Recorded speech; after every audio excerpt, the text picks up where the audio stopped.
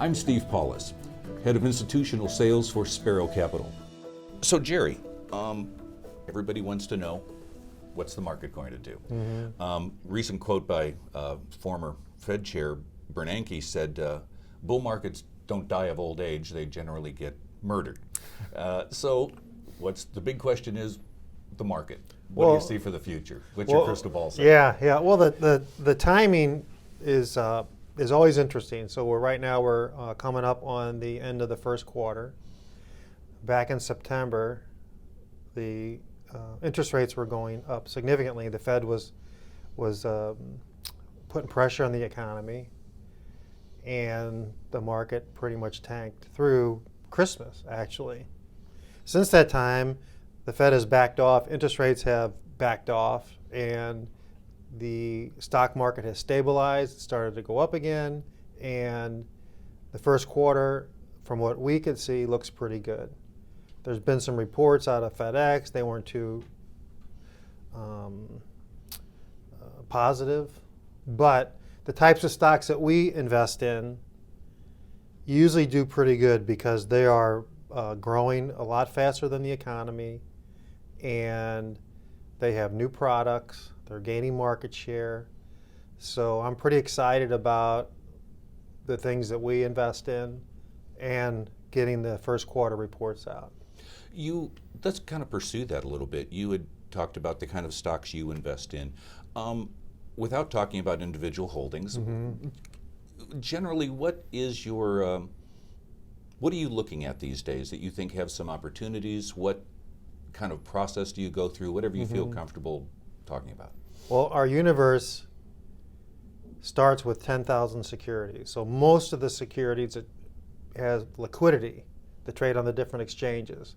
And what we assume is that the 1 year return on the 10,000 securities are normally distributed, and the mean, half of the 1 year returns will fall above the mean and the half will fall below the mean.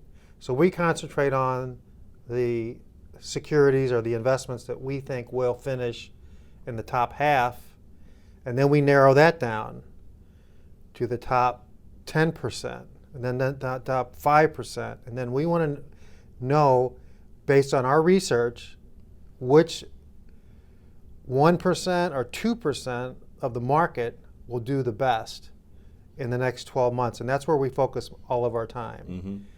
And it's been successful. Well, you've been doing this 20 plus years, so you've seen up and down markets. We've seen a really sharp rebound from December's lows. What do you there's some confusion about that. A lot of people say, well, it's a bull and a secular bear. It's could be the beginning of a new bull. What's your view on that? Or let me ask you maybe another question. Is that the question to ask?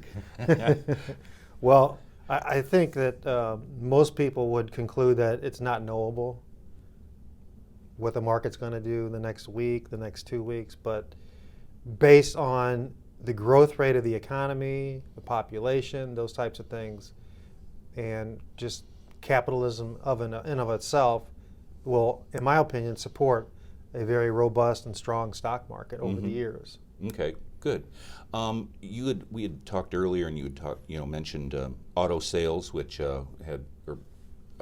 looking forward, we're probably not going to see a year like we saw in 2018. But home sales seem to have some kind of little rebound here lately. What do you think that portends for the stock market? Given the fact that housing is one of the cornerstones of our economy. Well, as you know, most of the time that's the largest purchase that people or investment that they make, and it's supported by new family growth and the depletion of inventory of existing homes. The big driver, we believe, is interest rates. So if interest rates go up 1%, it knocks a lot of people out of that purchase range. And with interest rates going down recently, relative to last September, I think it spells you can anticipate good things coming, especially in the spring. That's when everybody starts to move and they get out and look at homes. So it could be a pretty exciting spring. spring season. So when you look at at the sectors you are focused on, with that group that's above the mean, that's going to grow and that you're whittling down, what sectors do you think have opportunity now, or conversely, what sectors are you maybe avoiding in the short term? Well, just based on the data and the investments that we see that fit the criteria that we've chosen, the areas are typically technology. So you get a lot of software companies, device makers. Those are the high growth areas. And when you think about it, a software program or a database or a website can spread pretty quickly, right? So if you're selling cars, you have to move those cars, right? You got to get them you have to manufacture them, you got to get them to the dealer, and then the dealer's got to move them, and then but if you have a database or a website and it takes off, right?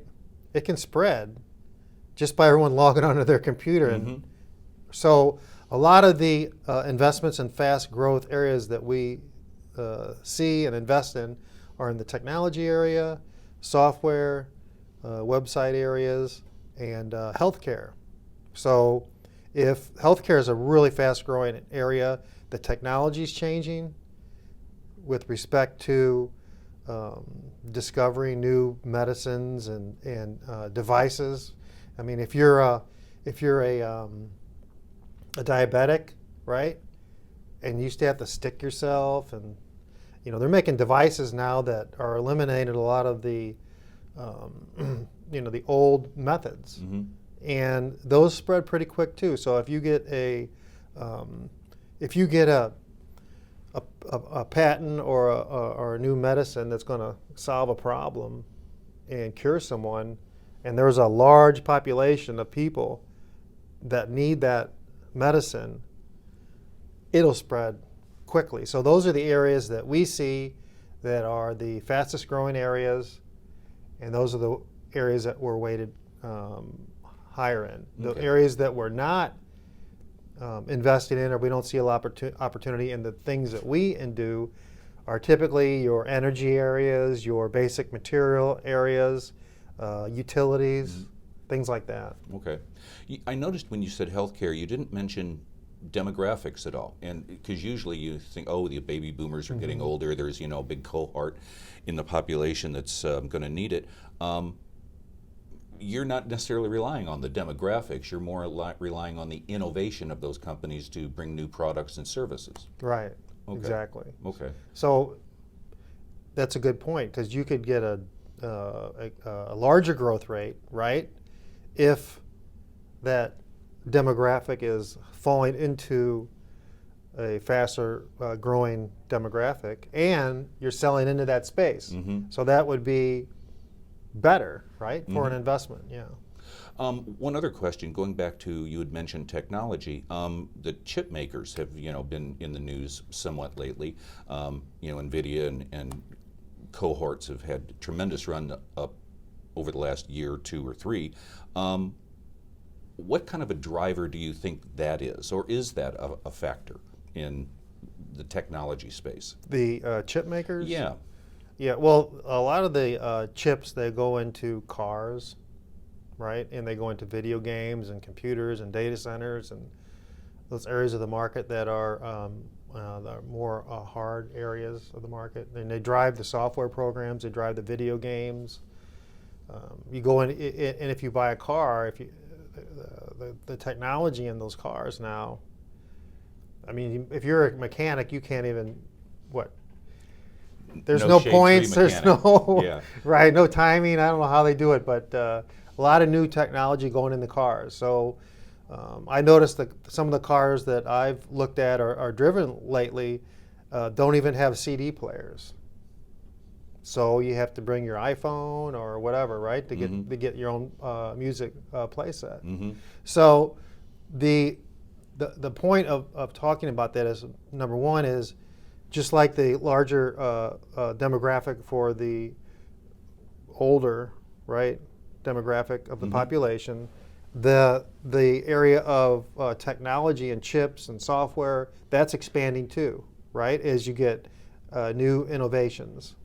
It's going into cars more, it's going into homes more, right? So that would be a good area to look at and look for those fast-growing businesses to invest in. Good. You can reach us at sparrowcapital.com or call me, Steve Paulus, 314-725-6161, extension 15.